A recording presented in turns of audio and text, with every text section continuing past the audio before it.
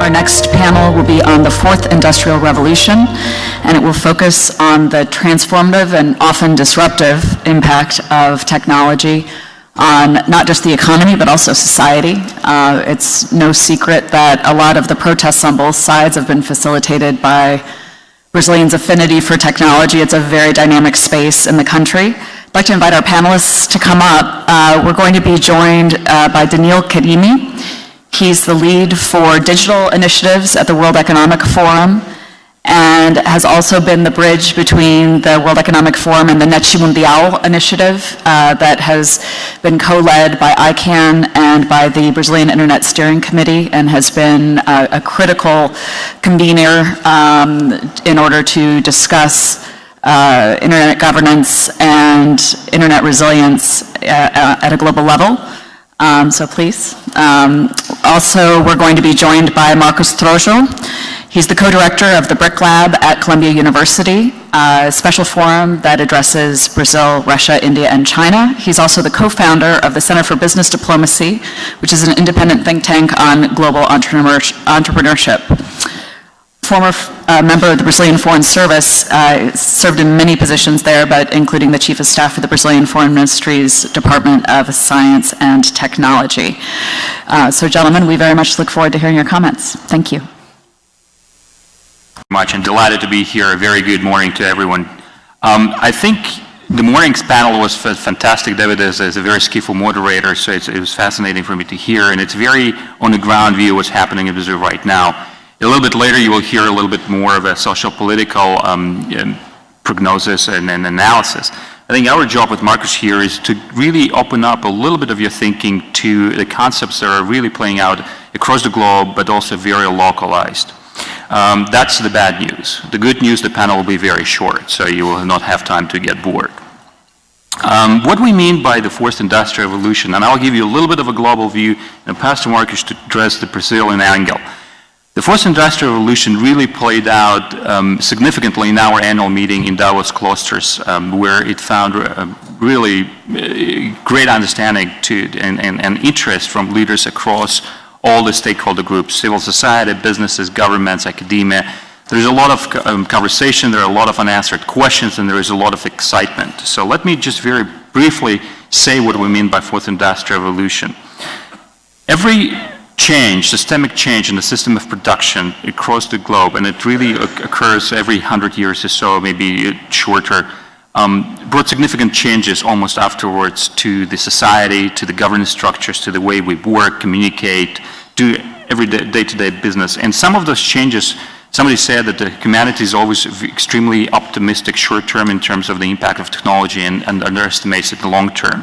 So our job here is to really try to think a little bit longer term. And if you think about the first industrial revolution, it's really about the steam engine and mechanization of the production.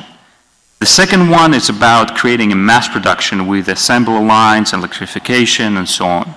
The third was about electronics, IT, the digitization, or about automation of production. And what we are thinking is that we're on the verge of really the fourth industrial revolution, where many technologies come together and create a new and unique capabilities where the value is going to be created from data, from other technologies that are not yet there yet, that has not even been possible 10 years ago. Now, it's not about any specific technology per se. We could be speaking about artificial technology, artificial intelligence, 3D printing, this and that. It's about the convergence. It's about when the technologies start building on each other. And actually, all these revolutions, I have to say, really built one upon another. The division of labor and mass production would not have been possible without the first electric looms. The IT and digitization would not have been possible without electrification. And certainly the cyber physical objects are not possible without the advancements on the first three. Marcus, do you want to come in now, or I could? Yeah, go ahead. Okay. So I wanted to also speak a little bit about the implications, and then pass it on to Marcus. And the implications are tremendous. Now technology shifts, together with various other financial, political, and other risks, are on top of the agenda of the leadership, from boardrooms to cabinet ministers. It's no longer ICT ministers that are talking about it, it's the finance and prime ministers. It's no longer the CIO that talks about it, the CEOs and CFOs and so on. But there's a huge gap in knowledge that we're witnessing. And there are a couple of them that really need to be addressed for the humanity overall to be able to take advantage of that. Here, let me do a little bit of remarketing. This is not in any way, but this is just the beginning of addressing those knowledge gaps. But our chairman produced a book that kind of talks a little bit about, a little bit more in details about everything that will be mentioned today on the panel. So what are the gaps? The gaps are definitely, and some of them you very well know and aware, such as the gaps of implementation between and rollout between the third and fourth revolutions, or in some other places it's really between the second and fourth revolution. The scientists has always say that the future is already here, it's just not equally yet distributed. So, and this is what we're witnessing more and more with the digital divide and unpreparedness of some societies to really leverage the benefits of the fourth industrial revolution. Then there's a gap between leaders and other stakeholders. It's no longer the case that all the leadership has all the information, where information used to flow from almost, if you think it from bottom pyramid to the top. It's now any element within this equation has as much information or even more and is empowered to make decisions as much as the leadership is. It's a gap between technology and values, where we get excited about technology and then almost as an afterthought we're thinking about potential implications of it. It's a gap between information and contextual intelligence. We tend to go really deep in some issues without forgetting to forgetting to connect the dots. And it's the huge gap between digital natives and digital immigrants. And the fact is that we really need to start preparing ourselves and the future generations to be disrupted by all this convergence of technologies and shifts in the value creation systems that I just mentioned. What is the difference between this and the ones in the past is the velocity, scope, and really the system impact. And here is perhaps a good moment for me to oppose and bring it a little bit down to earth with the Brazilian angle. Well, thank you very much, Daniel. A pleasure to be here this morning. As we all know, Brazil is living this dictatorship or the short run where we're only focusing on cycles of 24 hours. Whereas out there you have this truly important trend that is all across the board influencing individuals, companies, and nations, which is the fourth industrial revolution. I like another name, Daniel, for the fourth industrial revolution, and it's actually one that Klaus Schwab, the founder of the World Economic Forum at Davos, uses very much, which is the notion that we are experiencing the rise of a new age of talent. Actually, in a piece Klaus Schwab published early this year, he was talking about the rise of talentism. Talent has become such an important factor of production that we were no longer living capitalism as a system, but we were living under talentism. And if I'm right, I mean, if the fourth industrial revolution is about having comparative and competitive advantages in talent, one might ask, hasn't it always been like this? I mean, talent is always the difference, right? It's the one thing that makes the difference. But here I think that there's a very pronounced change between the way we have traditionally understood the notion of talent and what it will represent going forward.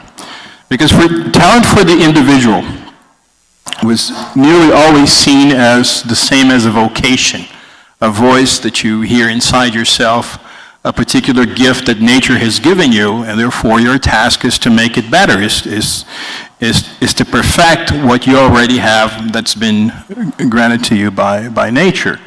It's about improving what you already have. When it comes to the corporate level, talent was always seen as the same as your core business. By the way, core is such a beautiful word. It comes from Latin, right? Core, it's the heart of the company. It's what you're good at. This is what you do. This is your niche, not what you have around you. So the notion of improving your talent for a company was always seen as doing more of the same, verticalize, be better at what you're already very good at. And for nations, from the time of the great British economist David Ricardo, right, who would talk about comparative advantages, in the early 19th century. If Great Britain was great at producing locomotives, why bother focusing on port wine? And if Portugal was so good at port wine, why focus on producing locomotives? So it was about comparative advantages, which down the road in history was perhaps succeeded by the notion of competitive advantages, right? And then you have countries like China and India, low-cost countries. These are their competitive advantages, the low remuneration of the labor factor and so forth. Well, this has changed. The new age of talent is about the metamorphosis of talent. Individuals now, according to this book that I love so much called Outliers, right? Those were very successful individuals, those were able to put together 10,000 hours of focus in their education and their practical training so as to excel at what they do, right? But when this notion was firstly devised, when this theory was initially conceived, we were not talking about cloud computing or many of these technologies now that actually speed up the process of learning. So you can be an expert much faster than you could only a dozen years ago. So this will represent the end of the traditional struggle between the expert and the generalist and the rise of the so-called nexialist. That's the professional of the future, the engineer who can read contracts, the lawyer who can actually add and subtract, the physicist who can recite poetry, the economist who can give good news. So this is a major change from those natural characteristics. For companies, the new age of talent, the fourth industrial revolution, is pretty much the same, is going beyond. There's this notion that we are all tech companies now. You look at the Brazilian agribusiness sector, these are all tech companies. I was at a number of farm shows in Mato Grosso last week. It's just amazing the amount of technology that gets inserted into seeds, and that explains a lot of Brazil's success in this particular sector. And for nations, pretty much the same. I mean, the notion that I think we sort of embraced, especially in Latin America, that was connected to the dramatic rise of China, and that it led us to a situation, especially when it comes to foreign trade, that was quite similar to the 19th century, right? I mean, just look at the fact that 1 ton of Brazilian exports to China is worth $300, and 1 ton of Chinese exports to Brazil is worth $3,000. That's technology. That's technology that is concentrated in those products. So it will be no longer possible for Latin American countries, and particularly for Brazil, to simply summarize most of their foreign economic relations in areas that are of low tech. So what are the disadvantages? What are the minuses and the pluses? What are the disadvantages and the advantages that Brazil carries with itself to this new stage of revolutions? First of all, I think in terms of the disadvantages, Brazil has a diagnosis problem. It's not reading the scenario right. For example, quite recently, the Dilma Rousseff government put together a program that was like lauded by everyone. Everyone thought it was great, called Science Without Borders. But Brazil doesn't necessarily have a science problem. Brazil has a technology problem. I mean, the generation of knowledge itself, if you review the evolution of Brazilian scientific productions, for example, in index journals across the globe, it augments year after year after year. You look at medicine, for example. One of the best brain surgeons of the world lives in Rio. One of the best plastic surgeons of the world lives in Rio. One of the best dentists in the world, dental scientists in the world lives in Rio. But they don't have where to play, no infrastructure. There's a problem of the connection between the realm of knowledge and the realm of technology. That's the big issue for Brazil. It would be better to bet on a technology without borders program than just sending out students as if they were part of an exchange program that actually has very little connection to the realm of production. Second problem that is related to the first, universities and companies in Brazil are quite apart. In China, for example, that was investing only 1% of its GDP in research, development, innovation 15 years ago. Now it's up to 2.3%, which is the average of the OECD countries when it comes to innovation investment. 70% of that investment is already coming from private firms. In Brazil, by the way, Brazil is only investing 1% of its GDP in research, development, and innovation, which is the bedrock of the fourth industrial revolution. 80% of R&D is carried out at either public universities or state-related research and development institutions. So we have a big problem there. It's a big challenge bringing these two together. I'm not going to talk about bureaucracy, you know all that, and the obstacle it poses particularly to this reward of innovation and the fourth industrial revolution, which is the acknowledgement of intellectual property rights. But there are some advantages as well that I think we should talk about. Many identify the fourth industrial revolution as an age of creativity. And it would be very difficult not to recognize that Brazilians are some of the most creative people in the world. The thing is, how do you build a bridge between being creative towards being innovative? And that is something Brazilians not necessarily are, because innovation is about, actually producing new things. Another advantage that Brazil has is we have good examples. We have the example of agribusiness that's now, once again, juxtaposing comparative advantages that nature has given us to technology. We have the example of Embraer. We have the notion of resilience.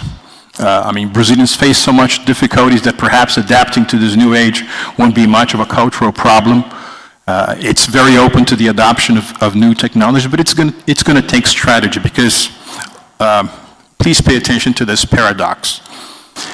If in the age that just preceded this new cycle of talent, it took 10,000 hours of focus for you to be fully prepared to face the challenges of the marketplace, what happens if you reach the age of 25 without at least 2,000 hours of education plus practical training? And the problem is, if you were living in the 19th century, Birmingham, where Karl Marx based much of his observations to write The Capital, the expectancy at birth, life expectancy at birth was 38 years of age. Now, even for a middle-income country like Brazil, life expectancy at birth is edging close to 80 years. So if you reach at the age of 25 without having the necessary tools to jump competitively onto the new age of talent, what are you going to do till you become 80? This is very hard, because you're going to be, I'm sorry to say, useless as a human being to this new age of talent. But you are going to be very useful to piracy, to drug trafficking, and to the illegal trade of arms. If Brazil takes the right decisions in the next few years, and one of them, of course, is just making life simpler for the entrepreneur, I think Brazil will also be able to profit from the benefits of this wonderful era of opportunity, which will be the fourth industrial revolution. Thank you so much. Shall we take a question or two? I'll take some questions, if that's all right. Yeah. Okay, great. I think we've got time, about 5 minutes for questions. Just please raise your hand and introduce yourself and your affiliation. While folks are thinking, I'll ask a question. For either of you, if you had one or two policy prescriptions, ideally ones that are practical in a turbulent political environment, that would allow Brazil to be able to participate more and really leverage, as you said, Brazilian creativity, Brazilian affinity for technology, and to take advantage of this fourth industrial revolution, what would it be? So it's hard for me to speak about specific policy environment in Brazil, but what I can say from a global perspective is, Brazil has a very fascinating examples of really forward-looking governance structures that prepares us all really to address as a society many of the challenges that this new technology brings upon us. Particularly, I would like to mention the CGI.br, which is the Center for Internet Governance of Brazil, that brings together the government, civil society, and business together to make all important decisions around the cyberspace in Brazil. That is one. The two is that one thing that works very well is that agile governance, and it's everywhere. I personally think that the time of a really dramatic policy shifts has changed. You have to go through iterations. You have to really test it, go back to the drawing board. You have to almost apply software design principles to development of policy. That's two. And three, there's a lot of hype and fear associated with this technology. Somebody of you are all enthusiastic, some others always speak about Terminators and so on. And the story I like to tell is about the Harold's Department Store, which is in late 1800s, was the first place where an escalator was introduced. And it was such an innovation to the public that the Harold's Department Store had to hire 2 additional attendants, one a gentleman and the other a lady, and that would stand on the top of the stairs and pass on brandy to the gentlemen and sniffing salts to the ladies that were so freaked out by self-moving stairs, they were about to pass out by the time they were on the top. Now, as much as we would like to get a share every time we take escalators these days, perhaps it's, the time of fear and hype passed on, and we just accept it as a reality and move on. So let me pause here. The problem with the short term is that, any systemic shift that one would expect is not in the horizons. The best thing that could happen for those who want to become entrepreneurs in tech-intensive sectors in Brazil is actually for the Brazilian government to step aside. Many of the reasons why Brazil fares so poorly in other macroeconomic indexes are there for why Brazil is lagging behind in innovation. Think of the amount of hours that you take to file taxes and so forth, how difficult, and then so many phases that you have to encounter when you're about to try and deposit the intellectual property right on a particular invention. So less government is the very first step for Brazil to be more competitive in technology terms, because the entrepreneurship is there, the love of novelty is there. The two things that are missing are, one, more access to what here in the U.S. you call startup capital or angel capital. There are very few angels in Brazil. There are many devils, by the way, but very few angels in Brazil, or angels that are in the wrong place. And of course, the atmosphere to bring this all together, right? If you go into university and you're taught to hate capital, and you hate innovation, and you're taught along the old capital versus labor dogma, very little change there that a new Facebook, a new Google will spring out from Brazil. Well, with all of the political movement right now in Brazil, it sounds like you might be going down to form your own libertarian party in Brazil. They can always use another one, right? Well, maybe. As a former trade negotiator, one point I have to ask, what about the access to technology goods? It's been years that Brazil has resisted joining the Information Technology Agreement, so computers, phones, et cetera, do tend to be a bit more expensive there. Yeah. Is that something you see as a factor as well? Let me jump in on this one. You see, most of the history of Brazil's industrialization was about import substitution, right?